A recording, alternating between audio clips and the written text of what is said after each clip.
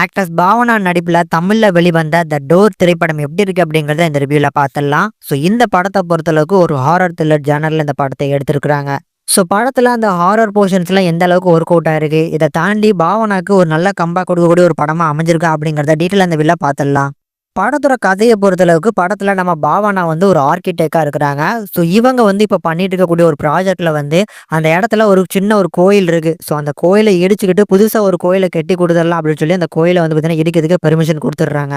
கரெக்டா அந்த கோயில் இடிஞ்சதுக்கு அப்புறம் ஒரு சில விஷயங்கள் அமானுஷமா நடக்குது. பர்ட்டிகுலரா பார்த்தீங்கன்னா அந்த கோயில் இடிச்ச கொஞ்ச நேரத்திலேயே பார்த்தீங்கன்னா அவங்க அப்பா அன்னைக்கு நைட்டு பார்த்தீங்கன்னா இறந்து போறாரு.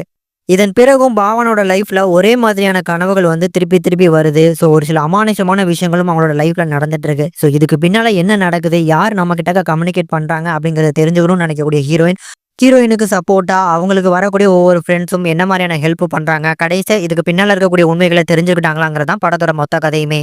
இந்த படத்தை பொறுத்தளவுக்கு ஒரு நீட்டான ஹாரர் த்ரில்லர் மூவி தான். படத்துல வரக்கூடிய அந்த மிடில் போர்ஷனான அந்த இன்வெஸ்டிகேஷன், ஸோ அதை தேடி போகக்கூடிய எல்லா போர்ஷன்ஸுமே நல்லா நீட்டா எடுத்திருந்தாங்க.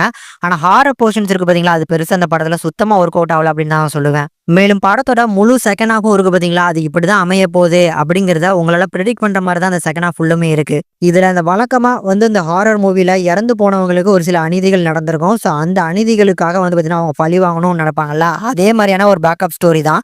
அதுல ஒரு சில ட்விஸ்ட் அண்ட் டர்ன்ஸ் அப்படின்னு சொல்லி நம்மளுக்கு காட்டணும்னு நினைச்சிருக்காங்க. ஆனா அந்த ட்விஸ்ட்டுமே பெருசா ஒர்க் அவுட் ஆகல. பர்ட்டிகுலரா சொல்லணும் அப்படின்னா அந்த பத்திரத்தை பாத்தீங்கன்னா அவங்களோட சம்மதத்தோட தான் வாங்கினாங்க அப்படின்னு சொல்லி வரக்கூடிய அந்த ஸ்டோரியிலே எனக்கு தெரிஞ்சு போச்சு, இது இப்படி நடக்கல, வேற ஏதோ நடக்க போகுது, நடந்திருக்கு அப்படின்னு தான் காட்ட போறாங்கன்னு. ஸோ அதே மாதிரி தான் செகண்ட் ஹாஃப்ல முடியும் போது ஒரு ஸ்டோரியை காமிச்சு இதுதான் நடந்துச்சுன்னு காமிப்பாங்க. பெர்ஃபார்மன்ஸ் எடுத்துக்கிட்டோம் அப்படின்னா பாவனாவை தவிர்த்து மற்ற எல்லாருமே ஒரு சுமாரான ஒரு பெர்ஃபார்மன்ஸ் தான் பண்ணி கொடுத்துருக்காங்க. ஸோ அவங்களுக்குமே ஒரு ஸ்ட்ராங்கான ரைட்டிங் இல்லை. ஸ்க்ரீன் பிளேவை பொறுத்தளவுக்கு அவங்களுக்கு வரக்கூடிய ஒவ்வொரு ஃப்ரெண்ட்ஸும் பார்த்தீங்கன்னா ஒவ்வொரு துறையில ஒரு ஸ்பெஷலிஸ்டா இருப்பாங்க. ஸோ அந்த மாதிரியான கேரக்டர்ஸை ஃபிக்ஸ் பண்ணி, அதாவது ஃபோர்ஸ் பண்ணி உள்ளுக்குள்ள சேர்த்த மாதிரி தான் அந்த படத்துல இருக்கு. ஸோ இந்த மாதிரியான கேரக்டர்ஸ் இந்த படத்துக்கு தேவைப்படுறாங்க அப்படின்னு சொல்லி ஒரு ஃபோர்ஸ் பண்ணி தான் உள்ளுக்குள்ள சேர்த்துருக்காங்க. ஸோ கதையோட பார்த்தீங்கன்னா அந்த கதையில இந்த கேரக்டர்ஸ்லாம் உள்ளுக்குள்ள வர போறாங்க அப்படின்னு சொல்லி ஒரு பர்ஃபெக்டான ஒரு பிளேஸ்மெண்ட் இல்லை. அதுவுமே இந்த படத்துல பார்த்தீங்கன்னா ஒரு பெரிய டிராபேக்கை தான் பார்க்குறேன். பட் எனிவேஸ் ஒரு ஒன் டைம் ட்ரை பண்ணி பார்க்கலாம். அந்த படத்துல வரக்கூடிய மிடில் வரக்கூடிய ஒரு 40 மினிட்ஸ் இந்த இனிஷியேஷன் ஆரம்பிக்கும் பாருங்க. ஸோ அதெல்லாமே நீட்டா இருக்கு. மித்தபடி ஒரு ஹாரர் படம் எதிர்பார்த்து அந்த எக்ஸ்பெக்டேஷனோட உள்ள போனீங்க அப்படின்னா கண்டிப்பா உங்களுக்கு இந்த படம் பிடிக்காது.